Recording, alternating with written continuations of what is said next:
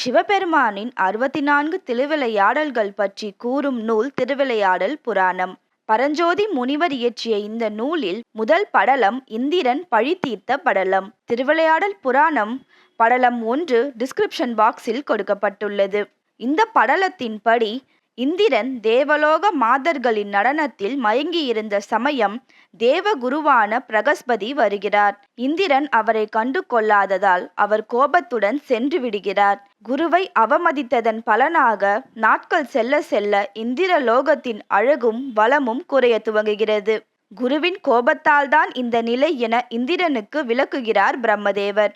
காலியாக உள்ள குருவின் இடத்தில் அசுரனான துவஷ்டாவின் மகன் விஸ்வரூபனை தேவ குருவாக்க பிரம்மாவின் ஆலோசனைப்படி முடிவெடுக்கிறார் இந்திரன். தேவர்கள் நலனுக்காக இந்திரன் நடத்திய யாகத்தில் அசுரர்கள் நலனுக்காக மந்திரத்தை சொல்கிறான் விஸ்வரூபன்.